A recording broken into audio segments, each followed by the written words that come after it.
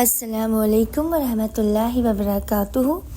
سورہ بقرہ آیت نمبر 158۔ اعوذ باللہ من الشیطان الرجیم، بسم اللہ الرحمن الرحیم۔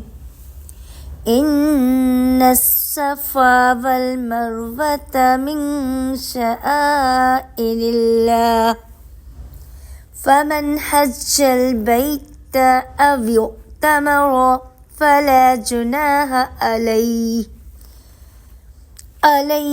أن يطوف بهما، ومن تطوع خيرا فإن الله شاكر عليم۔ ان بے شک الصفا صفا والمروۃ اور مروہ من شعائر اللہ نشانیوں میں سے ہیں اللہ کی۔ فمن پس جو حج کرے البیت خانہ کعبہ کا، اوی یا اویو تمرا عمرہ کرے، فلا جناح تو نہیں کوئی حرج علیہ اس پر، ان کے یطوف وہ طواف کرے، بہما ان دونوں کا، ومن اور جو تطوع خوشی سے کرے، خیرا کوئی نیکی، فإن اللہ تو بے شک اللہ، شاکر قدردان، علیم خوب جاننے والا ہے۔ صفا اور مروہ اللہ تعالیٰ کی نشانیوں میں سے ہیں، اس لیے بیت اللہ کا حج و عمرہ کرنے والے پر ان کا طواف کر لینے میں بھی کوئی گناہ نہیں۔ اپنی خوشی سے بھلائی کرنے والوں کا اللہ قدردان ہے اور انہیں خوب جاننے والا ہے۔ شعائر شعیرتن کی جمع ہے، جس کے معنی علامت کے ہیں۔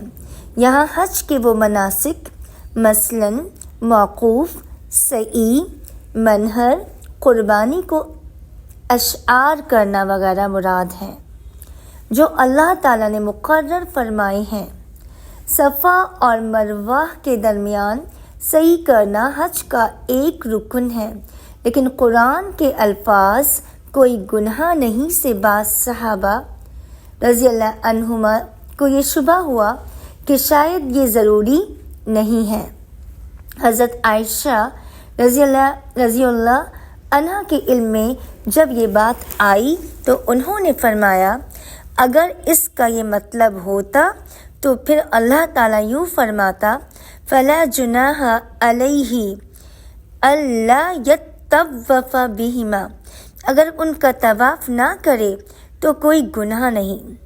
پھر اس کی شان نزول بیان فرمائی کہ انصار قبول اسلام سے قبل بت کے نام کا تلبیہ پکارتے، جس کی وہ مشلل پہاڑی پر عبادت کرتے تھے، اور پھر مکہ پہنچ کر ایسے لوگ صفا مروہ کے درمیان سعی کو گناہ سمجھتے تھے۔ مسلمان ہونے کے بعد انہوں نے رسول اللہ صلی اللہ علیہ وسلم سے پوچھا تو یہ آیت نازل ہوئی، جس میں کہا گیا کہ صفا مروہ کے درمیان سعی گناہ نہیں۔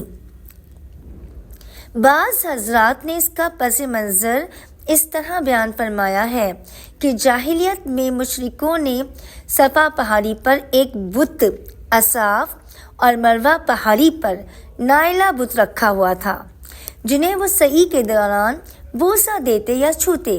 جب لوگ مسلمان ہوئے تو ان کے ذہن میں آیا کہ صفا مروہ کے درمیان سعی تو شاید گناہ ہو، کیونکہ اسلام سے قبل دو بتوں کی وجہ سے سعی کرتے رہے تھے۔